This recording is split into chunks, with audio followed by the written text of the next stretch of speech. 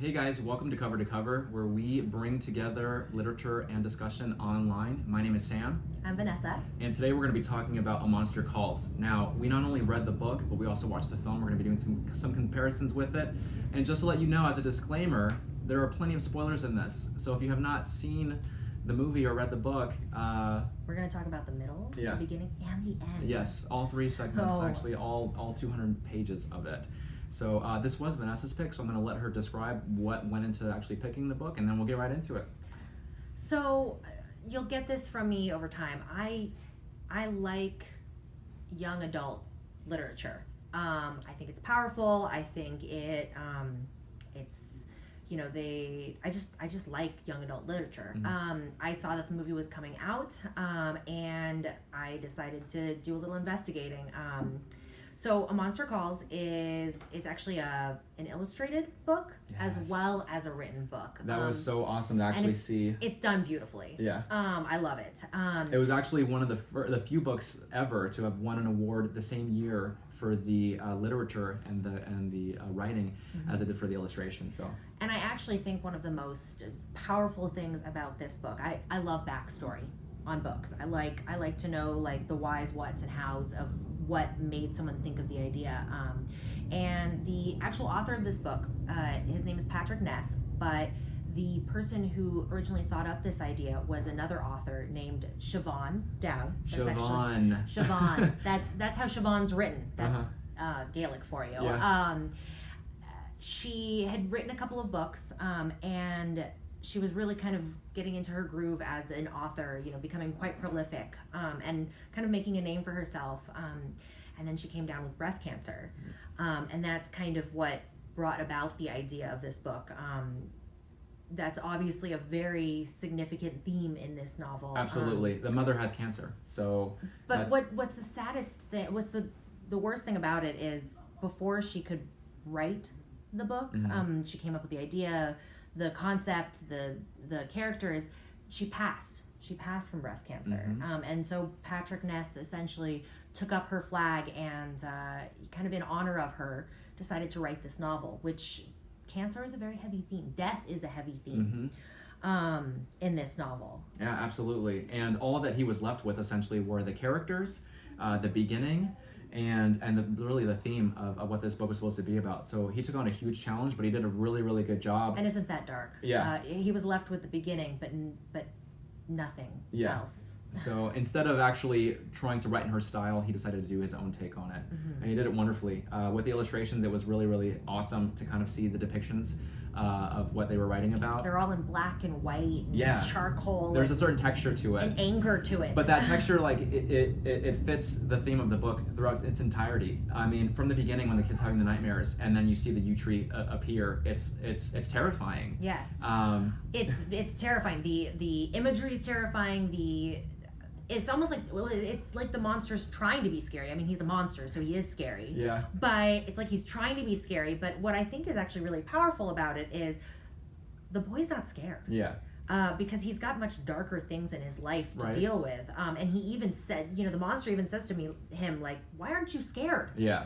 And the thing is, the boy, his father's not around. He's being bullied. So essentially, he really just has to deal with these concepts for a young kid. But he does it so well. I actually was inspired by him. Mm-hmm. Every time that he was faced with a bully, he had either an expectation or like an answer to it. The yew tree giving his 3 stories. The kid may have been confused. But if you really think about it, this tree is this kid. Essentially they're a reflection of one another. We're not sure if the tree is real or not. There's evidence laid throughout the story. In the book. Yeah, in the book, not so much the movie. But in the story, it actually has a little bit of evidence that he could have used to promote that this monster was real. But you have the story, of the king and the prince who attempts to become king, and the witch, and that was really, really dark. Mm-hmm. And then twisted, because you think the story is going to go one way. You think it's a simple, there's a kingdom and there's a bad guy and a good guy, and the good guy wins and prevails, and the bad guy is punished. But we don't know who the good guy or the bad guy is. And then you have the one with the I think there was a parson and the apothecary, mm-hmm, and essentially they're at odds with one another. And once the apothecary's help is needed, mm-hmm, he doesn't want to give it. Yeah. And who's to say that he was obligated to help, because I've certainly been in a situation where somebody has, demeaned me, Yes. and then they turn around and they want my help, and I'm like, I'm torn. But the main theme is essentially the perception of anybody who's listening to that story, right? Well, and you know what I thought was really powerful is, so it's essentially a children's book, and within the children's book, there are stories being told by this monster, but they're not nice stories. And this isn't a nice story. It's a sad, dark, it's twisted informative story. Yeah, it's informative, and once the third story comes around, you realize that it's the boy who's in charge. Yes. And when he has that fight with the bully in front of everybody in the cafeteria, and then essentially the boy's like, it wasn't me, it was the tree. Yes. That was a really powerful statement. Well, and I think they did it very well. That is one way in which the movie did it very, very well, because you kind of see these flashes of the boy charging at the bully. Yeah. And you're in the boy's mind, the monster is behind him attacking the bully. But you realize, as they're kind of flashing back and forth, that obviously it's the boy finally winning over his bully, fighting his bully. It definitely promotes that duality. Everybody feels like they have that urge inside them, or that one point that they can't necessarily take anymore. Well, and oh my gosh, the scene where the monster. Yeah. The scene where the monster destroys his grandmother's living room. You especially in the movie, you see the kind of damage that he does to his grandmother's living room. Literally everything is torn to pieces. Right. He's destroyed, and what's crazy is the boy is watching the monster do it, and he's horrified at the kind of damage this monster can do. Right. But essentially, he's the one who did it. Yeah, absolutely. And even though the grandmother was kind of evil in the beginning, I don't think she necessarily deserved that. She took up the role of trying to, essentially take custody of him because of his mother's condition. I don't think that was the right way to kind of treat that whole situation. Well, you know what I thought was really interesting, actually? So the book is it's third person, but it's essentially like a camera following Connor around. Oh, yeah. Life through his eyes. Right. So I feel like the grandmother actually she's the one who goes through the most changes in Connor's eyes. Right.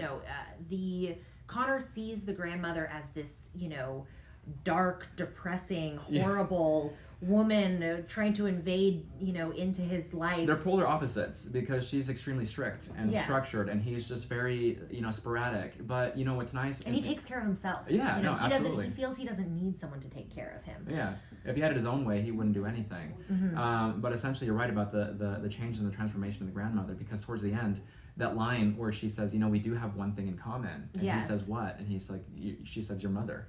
And that line is so powerful. It kind of like it makes you realize a lot of things in this boy's life. Like, things are not going to go the way he wants them to, but he's just going to have to keep rolling with the punches. Yeah.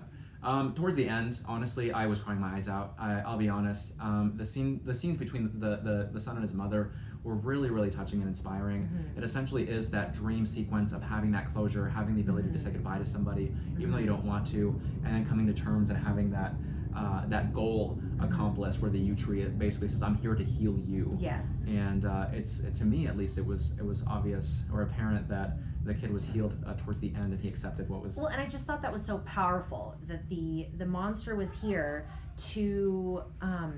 The boy thinks first just to scare him. He thinks he's just another nightmare.